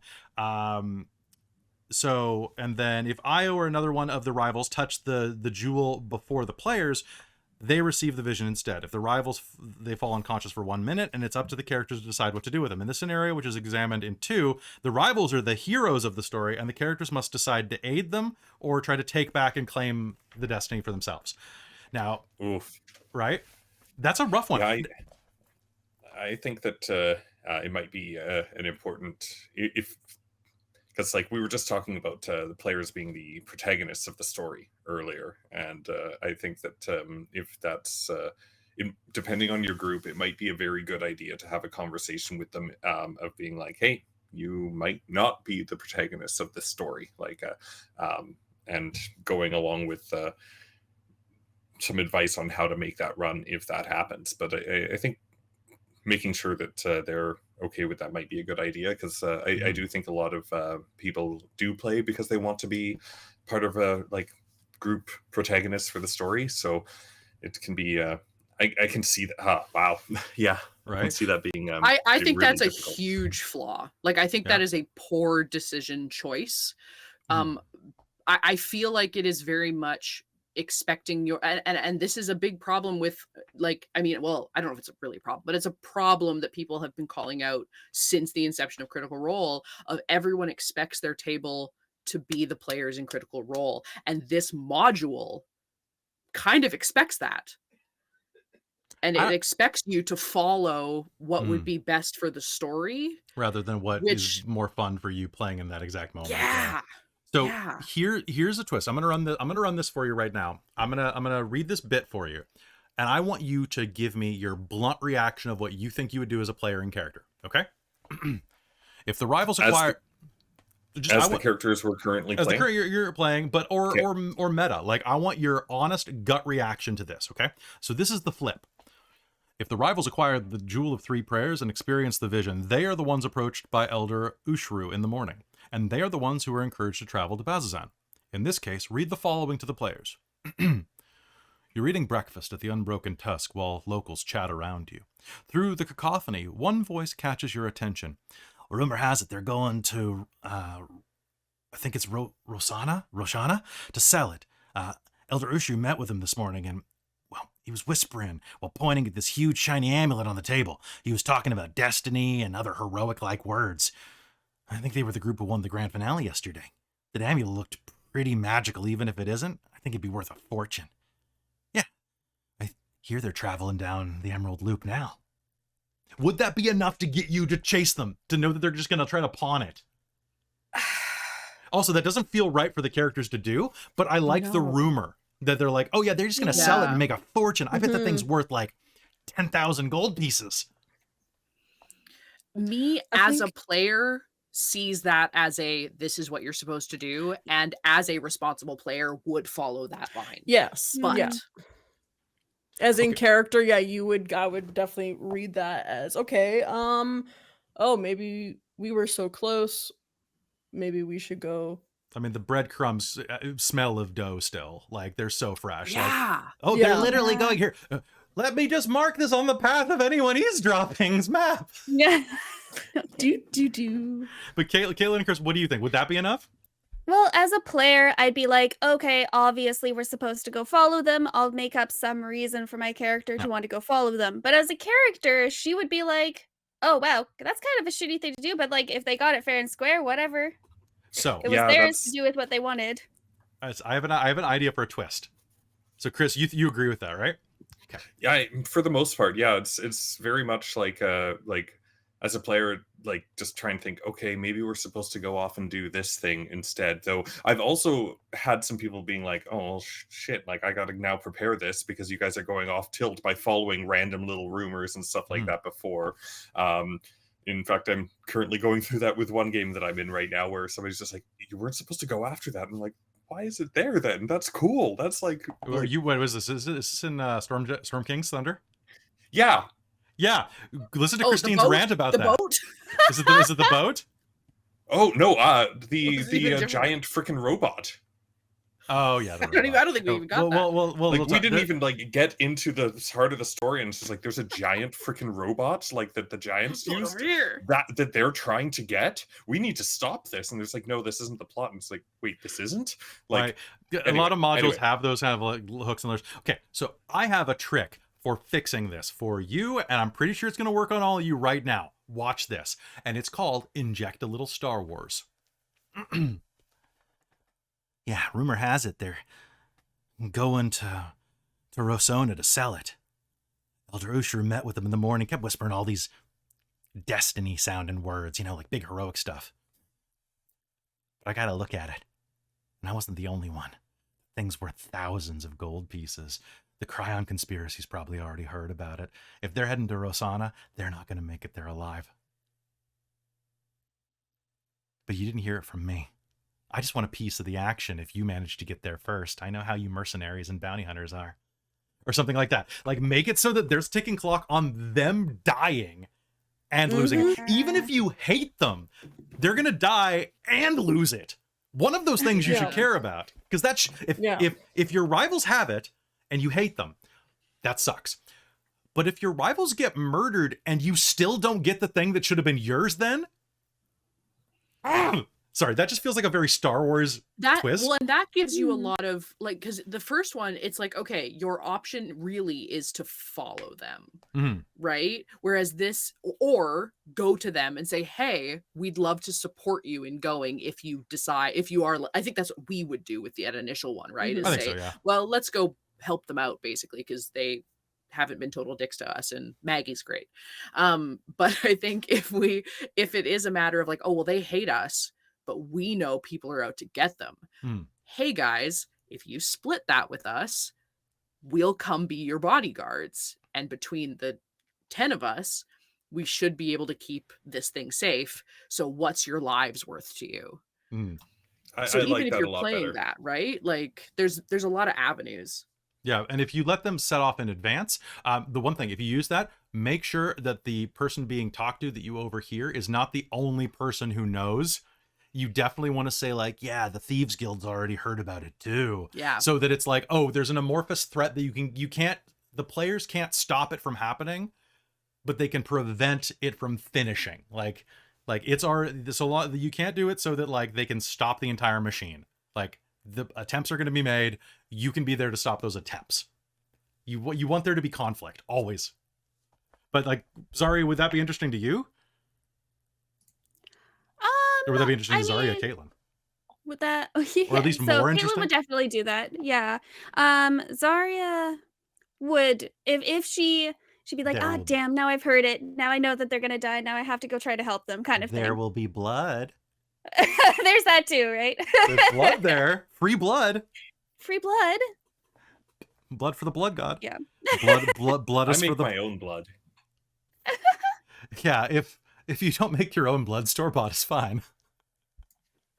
And then the last thing in this chapter that they do that we didn't have to do is, or pardon me, they do it at the beginning of chapter 2.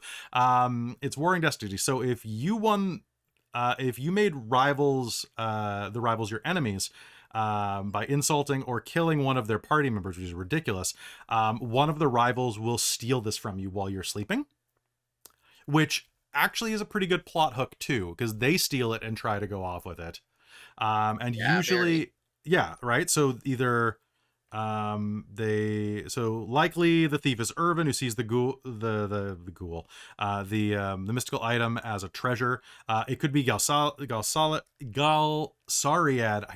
I hate your name.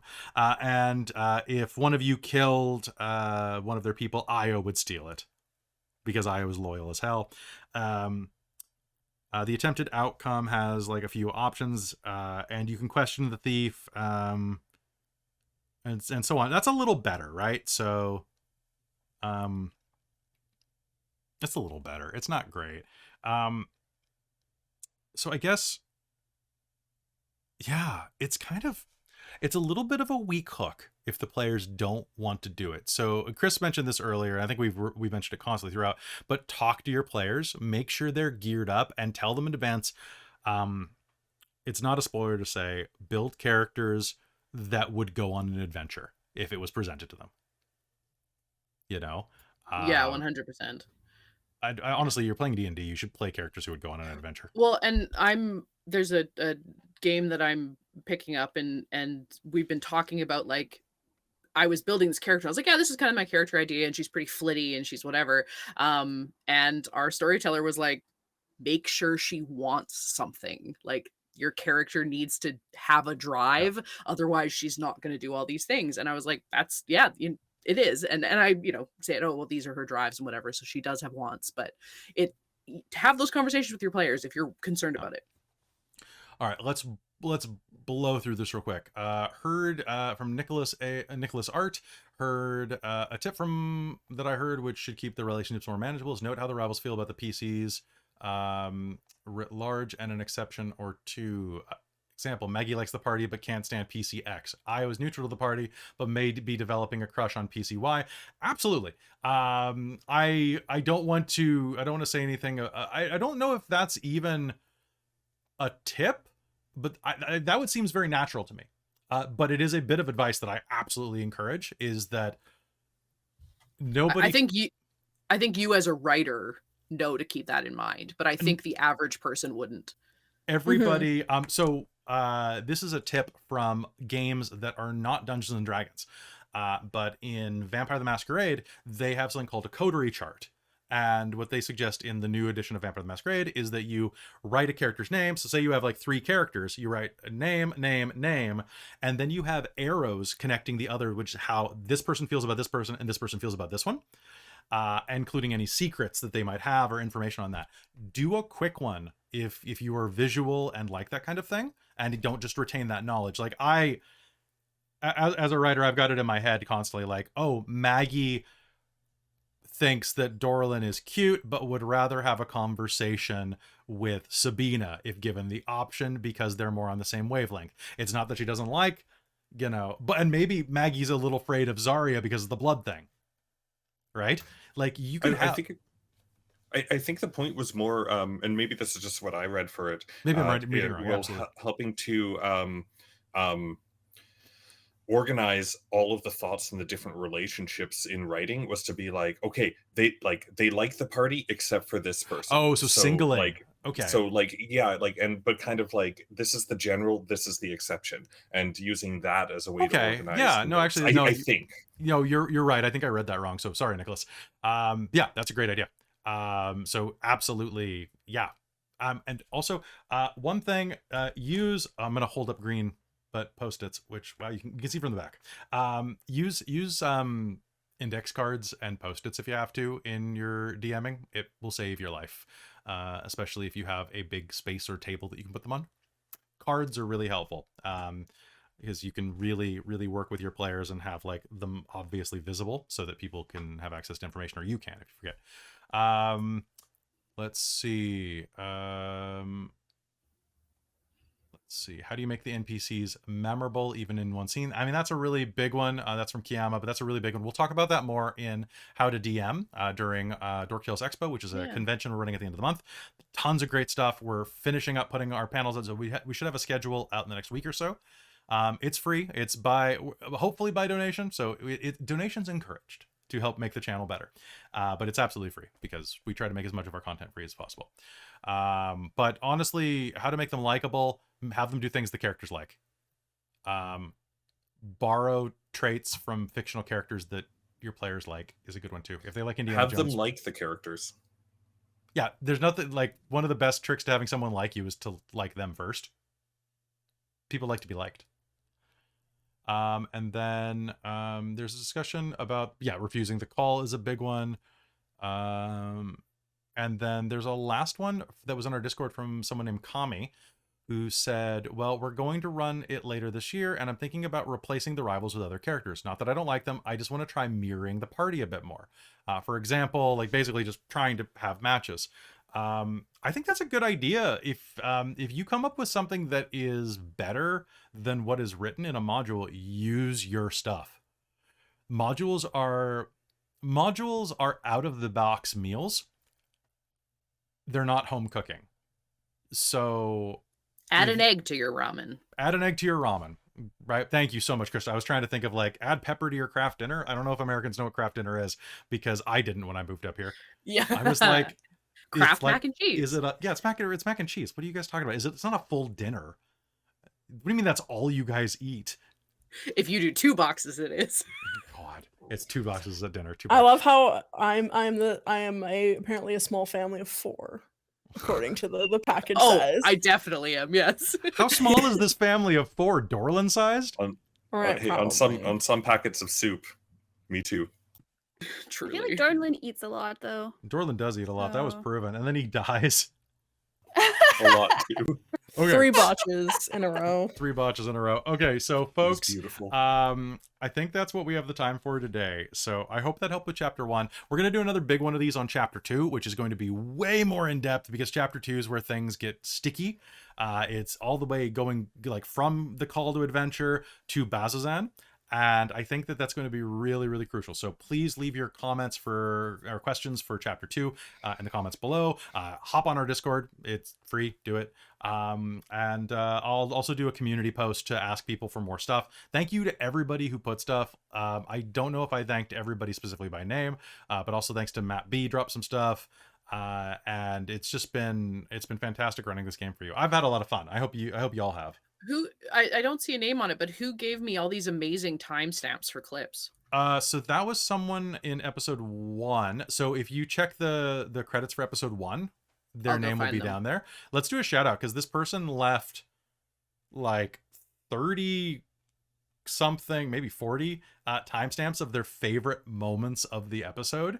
And when we're doing Oh my like clip gosh. shows, like leave those in the comments, please, because that makes our lives, like when we're trying to make promo for this, so much easier, because we're always trying to make Dork Tales grow. This is this is my entire livelihood, and we're trying to make it so that this can be the livelihood of us as we bring more and more content out. So and if you want to help with that, be sure to head to patreon.com/dorktales, where you can support the channel directly, get advanced stuff. They're all getting this episode 3 days before it airs. They're getting behind the scenes podcasts from people, and a bunch of other great stuff. I also need to thank some of my Patreons there real quick before we wrap. That is my divine producer, DM Michael Gray, my demonic producer, Soul Omen and Precarious, and my princess of the Patreon, Taryn, Buddy, Cubby Gummy, Eolus, and Trizalta, who are all amazing people. So the person who left all of the comments there is Hoovian Eva remarks. Hoovian Eva remarks. Thank you. That was awesome. If you want to keep doing that for future episodes, Please. yeah, Please, God, please. yes. I'll name a character after you. I'll have an NPC named after you. Eva. Eva, that's 100%. done. Or Hoovian. That's a It'll great be name. Hoovian. They'll pick Hoovian. You know. Hoovian. I'll name a character Hoovian. I don't care. But if you watch this episode, let me know, and I will be happy to do that. Yeah, so I hope this was helpful with chapter 1. For all you new DMs who are trying to do this, or critters who are trying to get into running role-playing games for the first time, and I've only really experienced D&D secondhand, breathe deep, take a lot of notes. You've got this. And if your players, you don't have to be Matt Mercer to tell a wonderful story in the world that he and his players created. You just have to be you. And that's the best part, because that means it's going to be your world, not just Critical Role's. And that's a pretty damn good gift to give your players. So be kind to yourself. And if they fight you on it, send them to our Discord. We will fight them. Yeah. Or send them to a con in the Pacific Northwest. We will literally fight them. Exactly. We'll throw hands. Oh, Caitlan will throw no. hands. I will. Don't fight. Don't try me. You think Don't Caitlin's the even nice try one. me. Caitlan has a black belt. She won't fight you. She'll just sneak up on you in an alley with a sharp instrument. Some people call that a fight. Other people Not the call way it justice. Blood for the blood god. All right, folks, that's going to be it for us for this episode. Thank you so much for tuning in to How to Run Chapter 1. We love you very much, and we will see you. We're on vacation. We'll be back on the 26th with episode 4? Episode 4. Yep. And if you guys are going to be at SakuraCon in Seattle, come find me. I'm going to be at the SakinaCon table in the dealers hall. Nice. That'll be Nice. fantastic. And you can definitely pick up some Dork Tales like business cards and stuff there. It'll be fun. Also, maybe some merch. Well, you know what? I might be dressed as Sabina there. Krista, I will. Go find Sabina. Take your photo with Sabina. If you find Sabina and say that you are from like watching Dork Tales, I'm gonna send Krista some Dork Tales merch to give you. It's gonna be tiny, but it'll be like pins and stickers and stuff. Because They're very cute. They're very cute. They're very cute. So go do that and find us in our Discord. All right. So with that, we love you very much, and we will see you next time. Goodbye, dorks. Have a good night.